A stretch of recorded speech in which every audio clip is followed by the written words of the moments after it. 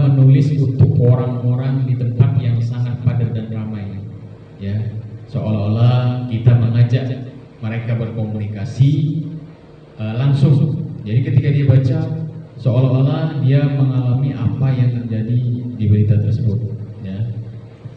Nah, kalimat-kalimat seperti apa yang cocok untuk mereka. Oleh karena itu, paragraf pertama menjadi sangat vital untuk membuat mereka tidak pindah ke berita lain, kembali ke paragraf pertama. Harus buat semenarik mungkin, ya. Itu cara merebut perhatian pembaca berita. Makanya kalau kamu lihat berita online itu kadang judulnya membuat orang penasaran, ya, ingin dibuka dan dibaca. Nah, ini penting agar mereka tidak akan kecewa ketika mengklik dan membaca berita tersebut atau berita yang kita buat. Bila isi berita tidak sesuai dengan judul atau tidak sesuai dengan harapan mereka, maka mereka bisa langsung menutup, ya, halaman berita kita yang ada di handphone, ya. Nah, usahakan tidak terlalu panjang, jangan tulis banyak-banyak, tapi isinya tidak mengena. Singkat, padat, tepat, ya. Usahakan tidak terlalu panjang. Nah, biasanya ya kalau kita buat berita, ya minimal 4 lah, minimal 4 paragraf, ya. Jangan kurang dari 4, ya, terlalu pendek, ya. Nah, juga maksimal kalau bisa maksimal seperti 6 paragraf, jangan lebih dari 6, tapi ceritanya tidak sesuai dengan yang terjadi, kan. Jadi usahakan tidak terlalu panjang. Berita sebisa mungkin pendek karena sulit membaca yang panjang di layar.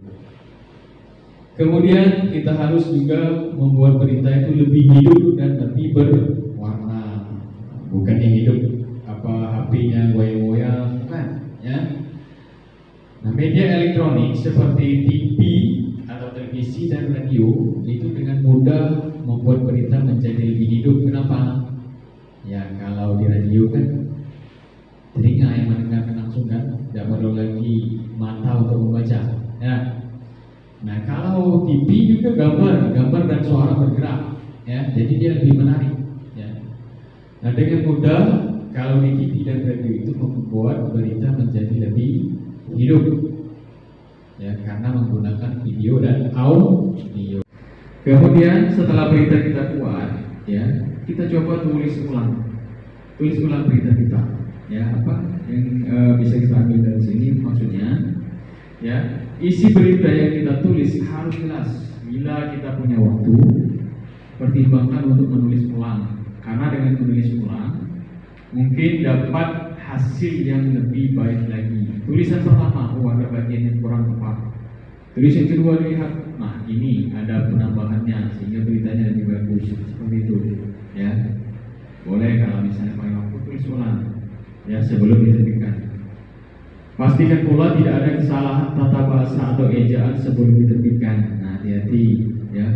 Kita kalau ngetik kadang kan, ya, yang namanya ngetik itu ada hurufnya yang kelewatannya atau hurufnya salah, ya. Maka kita perhatikan betul sebelum diterbitkan apakah ada huruf yang salah atau ejaannya yang salah. Pembaca tidak akan suka menemukan kesalahan dan mereka mungkin akan mengirim email ke kita atau barangkali langsung komentar, ya, kalau misalnya di berita itu ada laman komentar. Gunakan foto yang kuat, grafis berupa data dan kutipan.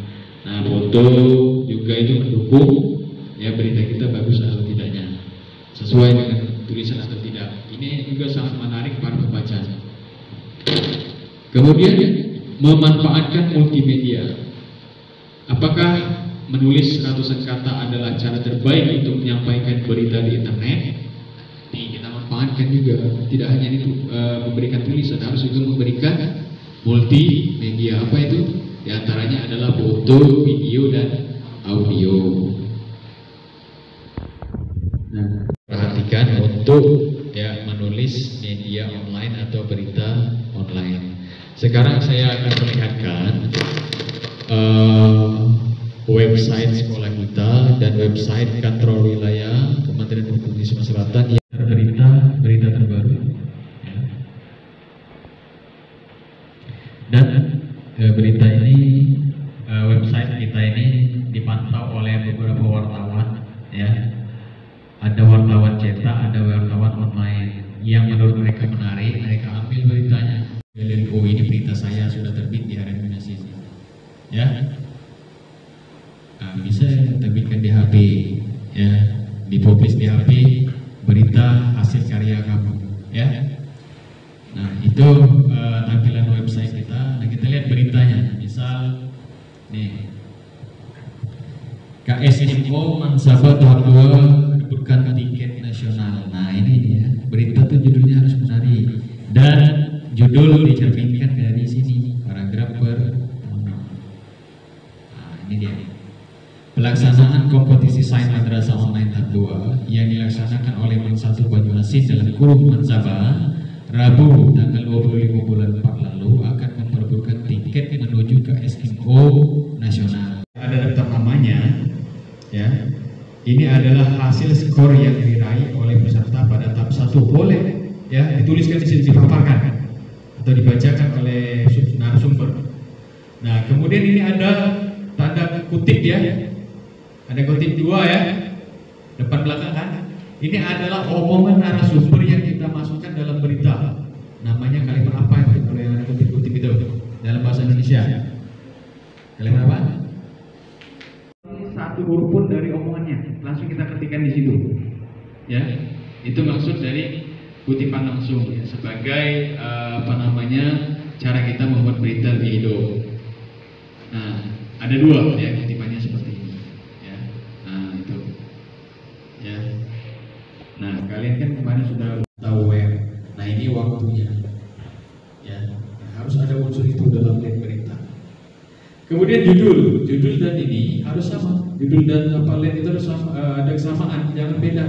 Leadnya beda dengan judul, itu aneh, ya. Jurnalis Mansaba rekrut anggota baru. Nah, di paragraf pertama ada kata-kata itu?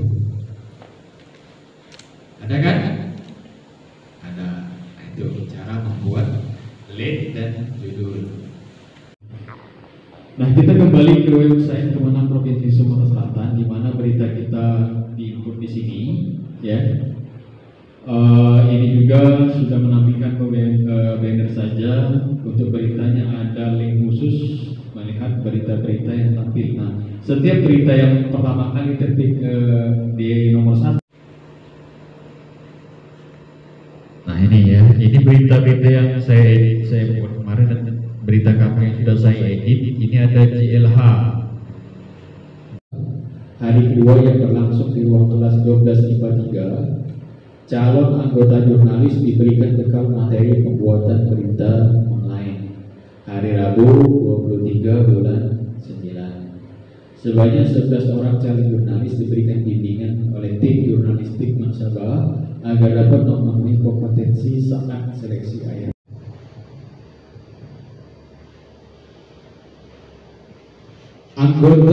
Calon anggota jurnalis, ya,